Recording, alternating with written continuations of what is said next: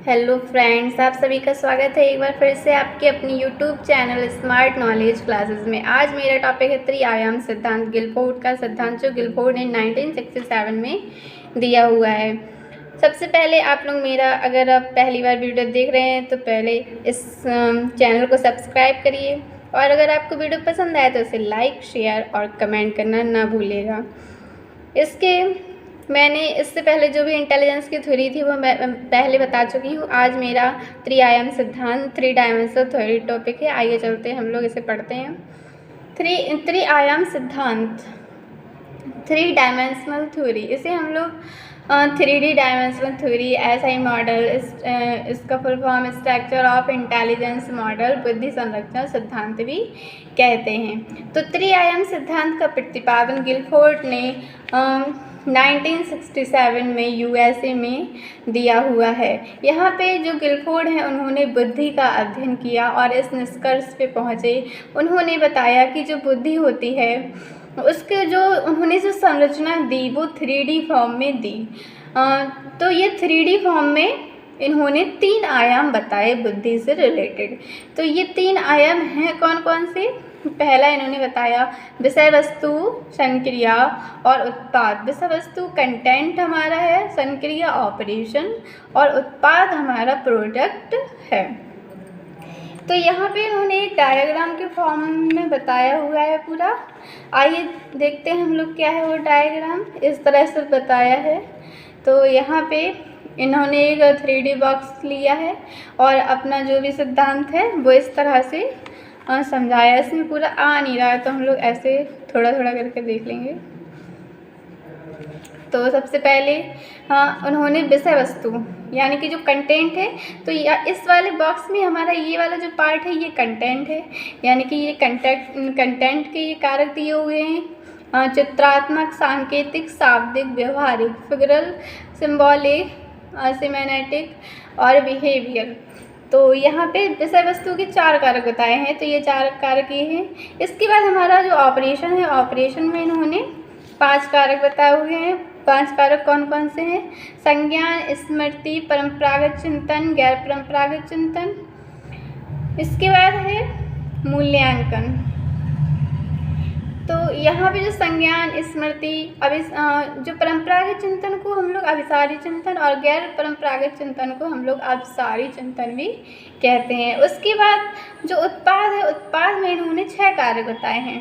First है unit, classes, relation, system, transformation, implication.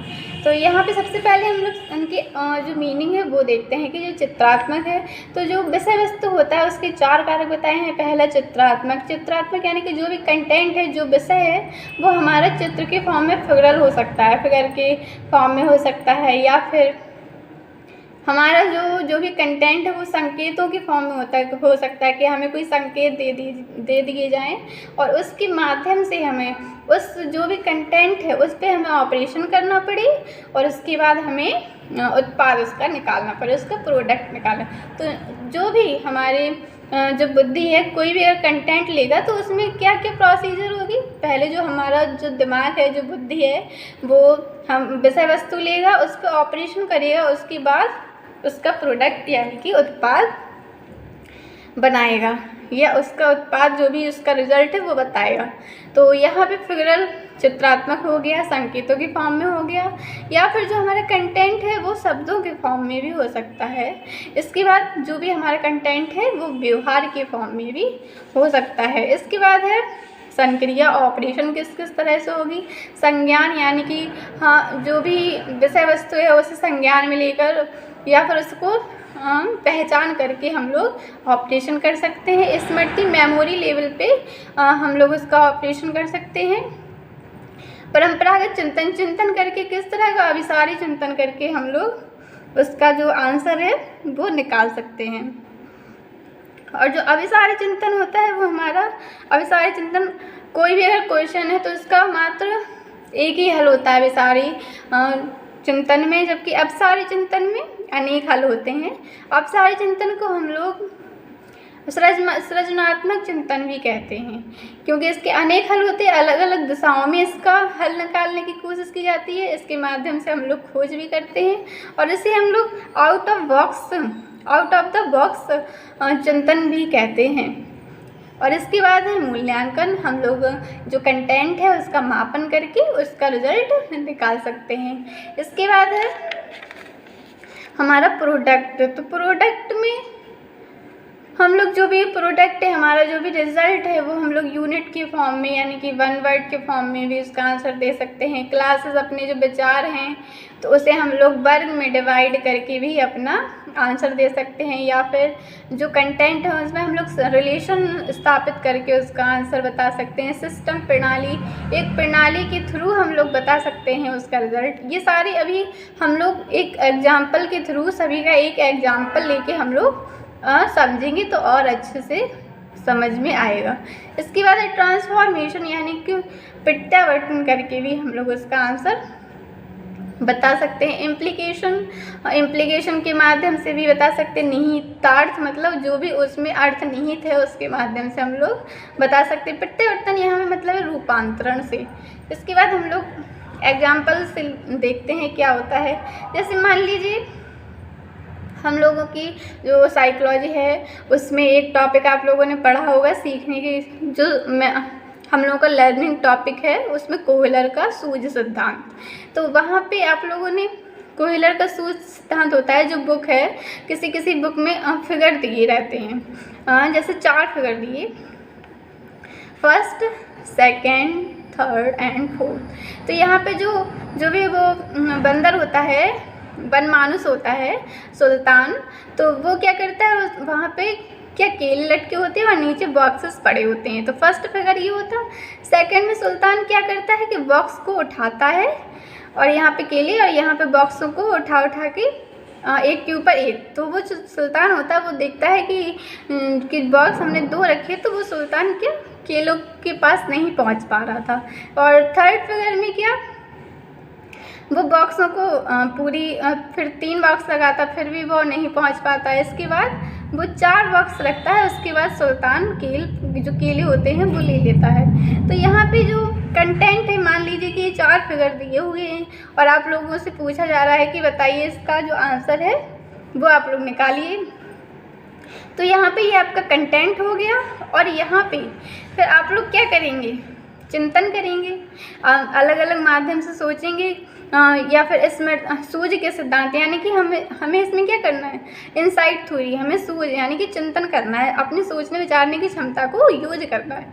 उसके बाद हमने क्या पाया, हम इसमें क्या, हाँ, अब हम लोग जो हमें फिगर दिया था तो उसमें हम लोगों ने जो रिलेशन निकला वो क्या निकला, जो चित्र था उसमें रिलेशन के माध्यम से हमने जो संबंध स्थापित किया उसमें कि ये ऐसा हो सकता है, ये ऐसा हो सकता है। तो हमने ऑपरेशन किया, उसके बाद प्रोडक्ट निकाला।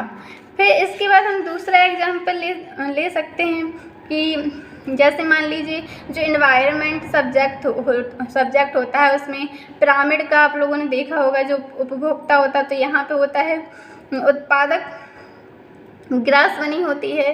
फिर 2nd नंबर पे या डियर होता है, वो प्राथमिक उपभोक्ता होता है। फिर लॉइन बना होता है तो वो तृतीय उपभोक्ता होता है। तो यहाँ पे आपको मान लीजिए ग्रास दे दिया अलग, और क्या दे दिया, डियर दे दिया, उसके बाद लॉइन दे दिया, और आपसे पूछा जा रहा है कि इसे एक सिस्टम, आप लोगों ने पढ़ा होगा कि पिरामिड कैसा होता है, तो आपको उसको फॉर्म में बताना है। तो आप लोग क्या करेंगे, तो आप लोगों ने पहले पढ़ा होगा यानी कि स्मृति लेवल पे, तो आप लोग क्या उसे फट से लगा देंगे, ये पहले उत्पादक, फिर उसके बाद प्राथमिक उपभोक्ता और उसके बाद तृतीय उपभोक्ता। तो ये जो आपने जो भी फॉर्म में लगाया तो ये क्या है, सिस्टम है। कोई जितने भी जो कार्य होते हैं, कोई कार्य एक सिस्टम में काम करते हैं, यानी कि एक व्यवस्थित रूप में काम करते हैं, तो उसी को ही हम लोग क्या कहते हैं, सिस्टम कहते हैं। अब इसके बाद हम लोग देखते हैं निहितार्थ, यानी कि निहित अर्थ। तो निहित अर्थ का मतलब होता है, जैसे मान लीजिए कोई बालक है तो उसे हमने इंग्लिश का कोई सेंटेंस दे दिया, यानी कि शाब्दिक फॉर्म में दे दिया, तो अब वो उसका क्या, उसे क्या करेगा, पढ़ेगा, समझेगा, उसके बाद उसको क्या करेगा, उसका अर्थ बताएगा कि उसमें क्या निहित अर्थ है।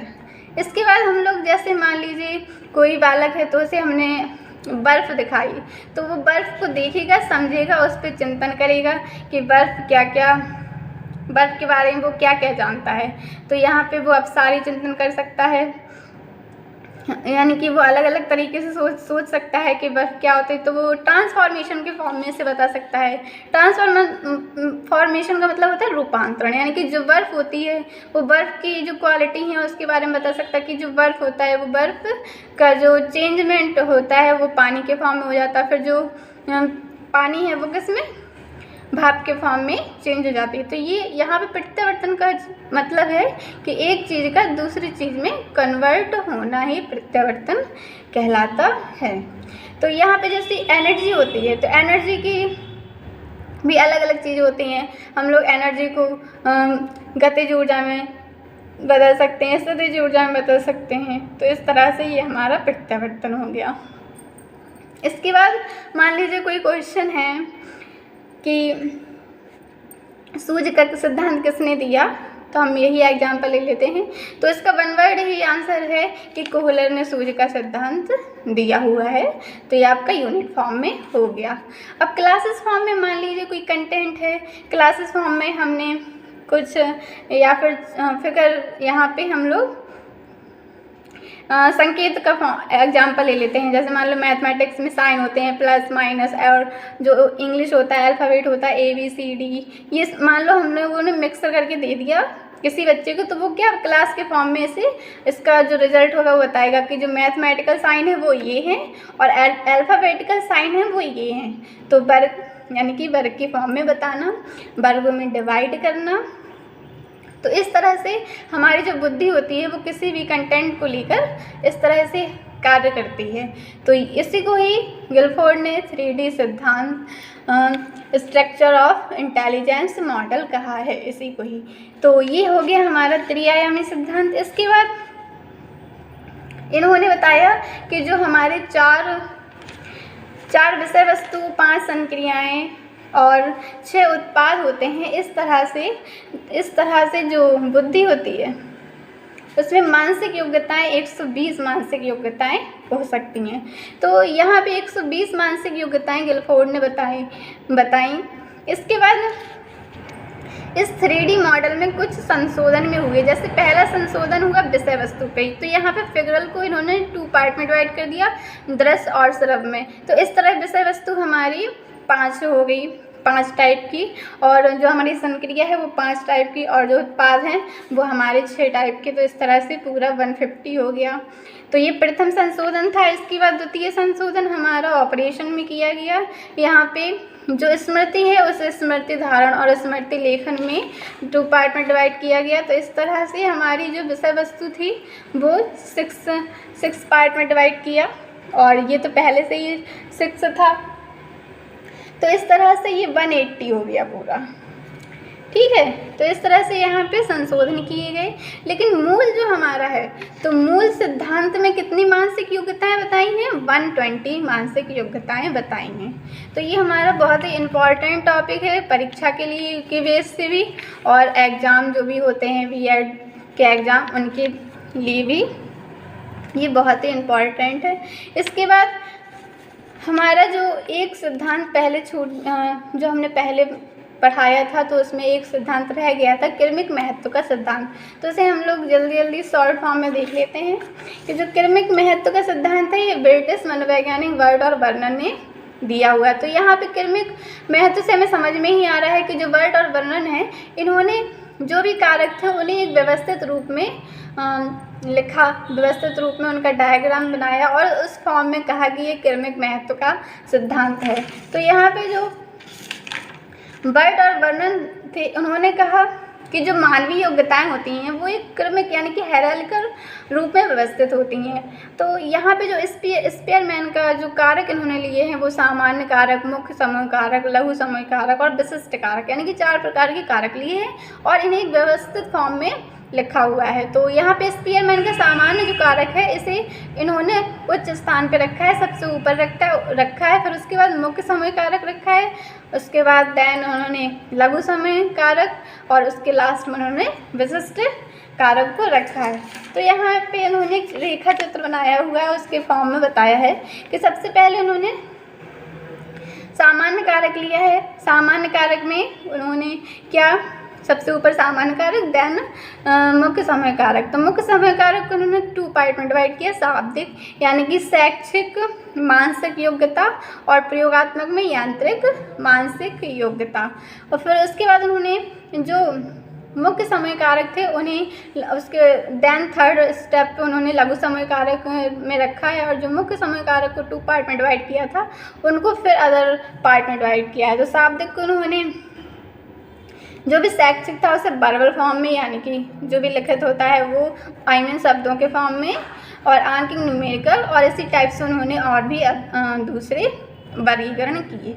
इसी तरह से प्रैक्टिकल फॉर्म में उन्होंने यांत्रिक, स्थानिक, कल्चरल, मैनुअल, इस तरह से उन्होंने डिवाइड किया। और लास्ट में उन्होंने विशिष्ट कारक को स्थान दिया, और ऐसे ही यहाँ पे विशिष्ट कारक को उन्होंने इसी तरह से और 3 पार्ट में सभी पार्ट को डिवाइड किया। तो इस तरह से जो वर्ड और वर्णन थे उन्होंने जितने भी कारक थे उन्हें एक व्यवस्थित फॉर्म में चित्रित किया। उसके बाद उन्होंने अपना जो सिद्धांत, क्रमिक महत्व का सिद्धांत, हायरार्किकल थ्योरी थी, उसको दिया। तो ये आज का हमारा टॉपिक था, एसआई मॉडल एंड क्रमिक महत्व का सिद्धांत। तो अगर आपको वीडियो थोड़ा सा भी अच्छा लगा हो तो प्लीज़ इसे लाइक करिए, शेयर करिए और कमेंट ज़रूर करिए। तो आज के लिए इतना ही। Thank you.